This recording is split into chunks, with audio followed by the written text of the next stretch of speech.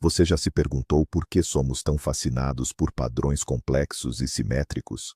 Por que podemos passar horas a contemplar vitrais em catedrais ou a desenhar espirais num bloco de notas?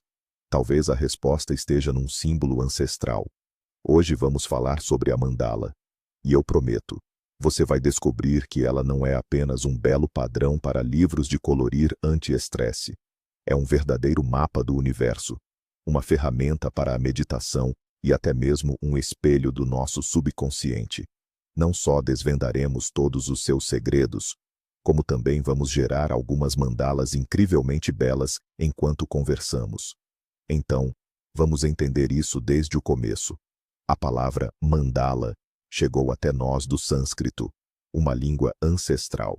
Literalmente, significa círculo ou disco. Este símbolo surgiu há milhares de anos no hinduísmo e, posteriormente, tornou-se um dos elementos-chave na prática budista, especialmente no Tibete. Mas não é apenas um círculo. Para os antigos sábios, a mandala era um modelo esquemático do universo, um espaço sagrado onde residem as divindades. Imagine não apenas um desenho, mas um projeto bidimensional de um mundo espiritual inteiro. Para entender a magia visual da mandala, vamos analisá-la em suas partes constituintes. E precisamos começar com a figura mais importante, a mais óbvia: o círculo. Olhe à sua volta: o sol, a lua, a íris dos nossos olhos, uma gota de água caindo na superfície de um lago. A natureza simplesmente adora círculos. É a forma mais harmoniosa e completa que conhecemos. Na mandala, o círculo não é apenas geometria. É um símbolo de integridade e unidade absolutas. Ele não tem começo nem fim, o que o torna a imagem ideal da eternidade, do ciclo infinito de vida, morte e renascimento. É a representação de todo o universo, que encerra em si absolutamente tudo o que existe. Além disso, o círculo cria um espaço sagrado e protegido. Tudo o que está dentro de suas fronteiras é harmonioso e ordenado, enquanto tudo o que está fora é um mundo de caos e agitação. Ao desenhar um círculo, nós delimitamos, por assim dizer, um território seguro para a nossa mente. É o alicerce sobre o qual todo o restante padrão será construído. Agora que temos o círculo, a fronteira do nosso cosmos, vamos mergulhar no seu epicentro. No coração de cada mandala, de absolutamente todas, existe um ponto. Mas não é apenas um centro geométrico, é a fonte. Em sânscrito, é chamado de bindu, que se traduz literalmente como gota ou semente. E esse nome captura a sua essência perfeitamente. O bindu é um símbolo do potencial não manifestado. É o próprio ponto de singularidade, do qual, segundo os antigos sábios, todo o nosso universo nasceu. Imagine uma energia comprimida a um tamanho microscópico, prestes a explodir em criação. Isso é o bindu. Quando meditamos, contemplando uma mandala, nosso olhar naturalmente se volta para este centro. Ele atrai a atenção como um ímã. É um ponto de silêncio absoluto e concentração. Um retorno à origem, ao começo de todos os começos, ao nosso eu interior. É exatamente a partir deste centro sereno que toda a complexidade e beleza do padrão começam a se desdobrar, assim como toda a complexidade da nossa própria vida. E agora, a partir desse ponto de criação, do nosso bindu, o mundo das formas começa a se desdobrar. E muito frequentemente, a primeira grande figura que percebemos é o quadrado. Se o círculo é o símbolo do céu, do espírito e da infinitude, o quadrado é seu completo oposto. É o símbolo da terra, da matéria, de tudo que possui estrutura, ordem e pode ser medido. Pense nisto. O quadrado tem 4 ângulos e 4 lados iguais. São os 4 pontos cardeais: norte, sul, leste e oeste.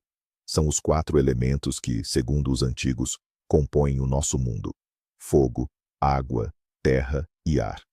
O quadrado é o símbolo do nosso mundo humano e ordenado, aquele que construímos para nós mesmos. E o mais importante, Este quadrado está quase sempre inscrito num círculo.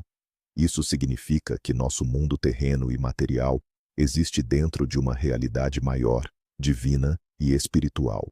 É a harmonia entre o humano e o divino, entre a estrutura e a infinitude. É o nosso lar dentro do universo. Então, construímos nosso espaço sagrado, nosso templo terreno em forma de quadrado. Mas como entrar nele? Se você observar atentamente as mandalas complexas e tradicionais, notará que, nos 4 lados do quadrado, frequentemente encontramos ornamentos especiais. Às vezes, eles se assemelham a portões ou a letra T. São as chamadas portas ou portais. A função deles é incrivelmente importante. Não é apenas um elemento decorativo. São entradas simbólicas pelas quais o praticante acessa mentalmente o espaço sagrado da mandala. Imagine que você se aproxima das portas de um templo. Antes de entrar, você deixa para trás, no limiar, toda a agitação mundana, suas preocupações e ansiedades. Da mesma forma, ao passar por esses portais, a pessoa deixa do lado de fora seu ruído mental. Às vezes, esses portais são até representados com guardiões irados, que impedem a entrada de pensamentos negativos e distrações. É uma transição consciente do mundo exterior de caos para o mundo interior de ordem e harmonia. Certo, agora que sabemos do que uma mandala é composta. Mas a grande questão é, para que serve afinal? Por que então criar padrões tão complexos e elaborados? A resposta é simples. O propósito principal da mandala é ser um instrumento para a nossa mente. Se a nossa mente é um rio turbulento de pensamentos, emoções e memórias, a mandala surge como uma ponte sobre ele. É um objeto que nos ajuda a focar. O próprio processo de contemplação de uma mandala já é, em si, uma meditação. Ao concentrar a sua atenção nela, a sua mente acalma-se naturalmente. O fluxo de pensamentos desacelera, pois encontra uma âncora, o padrão simétrico e harmonioso. Isso permite afastar-se da agitação do dia a dia e mergulhar num estado de consciência mais profundo. Nos mosteiros budistas, monges podem passar horas a meditar na mesma mandala, memorizando cada um dos seus detalhes. Eles a utilizam como um suporte visual para alcançar o estado de iluminação. Não é apenas um desenho, é um verdadeiro exercício de concentração. Vamos mergulhar neste processo meditativo. Visualize a mandala não como um desenho plano, mas como um labirinto tridimensional. Ao começar a contemplá-la, sua consciência embarca numa jornada. Você inicia pelos círculos externos, pela fronteira que demarca o sagrado do profano. Em seguida, você atravessa mentalmente os portais, deixando para trás todas as suas preocupações. Avançando, você explora os intrincados padrões e símbolos que representam diversos aspectos do ensinamento ou do seu próprio mundo interior. Cada elemento ao longo desse caminho possui o seu próprio significado. Sua jornada é um movimento da periferia, do mundo da multiplicidade e do caos, em direção ao centro. Aquele ponto Bindu de que falamos. Este centro simboliza sua verdadeira essência, sua consciência pura, liberta do ego e dos julgamentos. Ao percorrer esse caminho, você simbolicamente purifica sua mente, deixando para trás tudo o que é supérfluo e imposto, para retornar ao seu verdadeiro eu. É uma peregrinação para dentro de si, para a qual não é preciso ir a lugar algum. E agora, vamos falar sobre a tradição mais fascinante, e talvez a mais profunda, ligada às mandalas. Estamos a falar das mandalas de areia tibetanas, conhecidas como Dulkor. Imagine um grupo de monges curvados sobre uma plataforma enorme. Nas suas mãos, tubos metálicos especiais, chamados Chakpur. Através desses tubos, eles despejam areia colorida, grão por grão, criando um padrão incrivelmente complexo, detalhado e colorido. Este trabalho pode durar semanas e, por vezes, meses. Cada gesto, cada cor e cada linha estão repletos de profundo simbolismo e são acompanhados por orações e mantras. Isto não é apenas a criação de uma obra de arte, é uma meditação coletiva que exige uma concentração, paciência e trabalho de equipa incríveis. O processo de criação da mandala em si é tão importante quanto o resultado final, e talvez até mais importante. Após semanas e até meses de trabalho minucioso e dedicado, o resultado está à vista. Diante dos monges e dos espectadores, repousa uma obra-prima magnífica, cintilando com todas as cores do arco-íris. Cada detalhe é perfeito, cada símbolo está no seu devido lugar. É um verdadeiro palácio dos deuses, materializado em areia. Seria natural esperar que uma obra de arte como esta fosse preservada por séculos, sob uma redoma de vidro, num museu. Mas algo acontece. Algo completamente inimaginável para a mente ocidental. O monge principal pega num instrumento especial e, com um único movimento da mão, começa a destruir a mandala. Ele simplesmente desfaz todo aquele complexo padrão, transformando-o novamente numa pilha informe de areia colorida. Primeiro, os ornamentos externos são desfeitos, depois os portões, as paredes do palácio, e por fim, o próprio centro é desintegrado. Este ato não é vandalismo. É o clímax de todo o ritual, a sua parte mais importante. É um espetáculo chocante, mas incrivelmente poderoso. Mas então, por quê? Por que destruir uma beleza tão grandiosa, na qual tanto tempo e energia foram investidos? A resposta para esta pergunta é uma das principais lições do budismo. Este ritual de destruição simboliza a ideia da impermanência de tudo o que existe. Em sânscrito, isso é chamado de anitya. Tudo o que criamos, tudo o que amamos, tudo a que nos apegamos neste mundo material, seja uma bela obra de arte, nosso próprio corpo ou até mesmo nossas emoções, tudo isso é temporário. Tudo isso, cedo ou tarde, mudará e desaparecerá. O ritual de destruição da mandala é uma clara demonstração desta lei do universo. Ele nos ensina a não nos apegarmos às coisas, a não nos apegarmos aos resultados do nosso esforço. Ele nos ensina a desapegar, pois a verdadeira beleza e sabedoria não residem na coisa em si, mas no processo da sua criação e na lição que ela transmite. Mesmo após a mandala ser completamente desfeita e o seu precioso pó, cuidadosamente recolhido, depositado numa única urna, o ritual não se encerra ali. Essa mistura de grãos coloridos, que outrora compunha um padrão tão complexo, é considerada abençoada. Os monges, então, levam essa urna até o rio, lago ou oceano mais próximo, e ali despejam a areia na água. Este gesto final simboliza a disseminação das bênçãos e da energia curativa da mandala por todo o mundo. A água carrega consigo os grãos de areia, dispersando-os por toda parte e levando harmonia e paz a todos os seres vivos. É uma imagem bela e poética de como a energia positiva, acumulada durante a longa meditação e o meticuloso processo de criação, retorna ao universo. O círculo se fecha, do caos nasce a ordem, e então essa mesma ordem, após enriquecer o mundo com sua harmonia, regressa ao caos. O ciclo está completo. A história da mandala poderia ter permanecido domínio exclusivo dos mosteiros orientais, não fosse por uma pessoa que mudou a nossa percepção da psique humana. No início do século XX, o grande psicanalista suíço Carl Gustav Jung revelou este antigo símbolo ao mundo ocidental. E fê-lo não por meio de livros religiosos, mas sim através dos seus pacientes. Jung era um observador notavelmente perspicaz.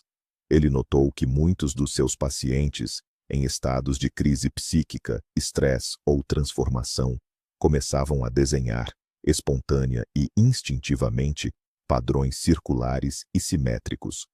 Eles não sabiam o que era uma mandala e nunca tinham visto desenhos tibetanos, mas era a sua própria psique que, de forma inata, criava essas imagens. Jung compreendeu que não se tratava de mera casualidade. Era um apelo da psique por ajuda, uma tentativa instintiva de se curar, de encontrar o seu centro e de restaurar a ordem interna. Para Jung, a mandala tornou-se um dos conceitos-chave da sua psicologia. Ele não a via apenas como um belo desenho, mas como um símbolo arquetípico universal. Um símbolo daquilo que ele chamava de si mesmo. O si mesmo, com S maiúsculo, é o centro da nossa personalidade, a nossa verdadeira essência. É a parte de nós que une todas as polaridades, o consciente e o inconsciente, o masculino e o feminino, a luz e a sombra. Segundo Jung, o objetivo de toda a nossa vida é o processo de individuação, que é o caminho para nos tornarmos quem realmente somos, alcançando a totalidade. E a mandala é uma expressão visual dessa totalidade.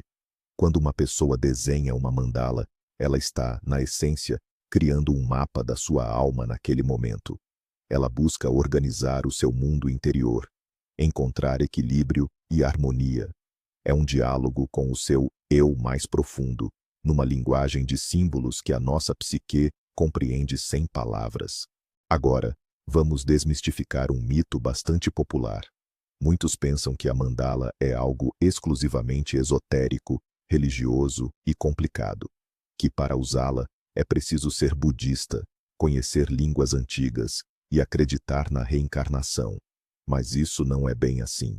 Graças a Jung, hoje a mandala é, antes de mais nada, uma poderosíssima ferramenta de arte-terapia, acessível a todos.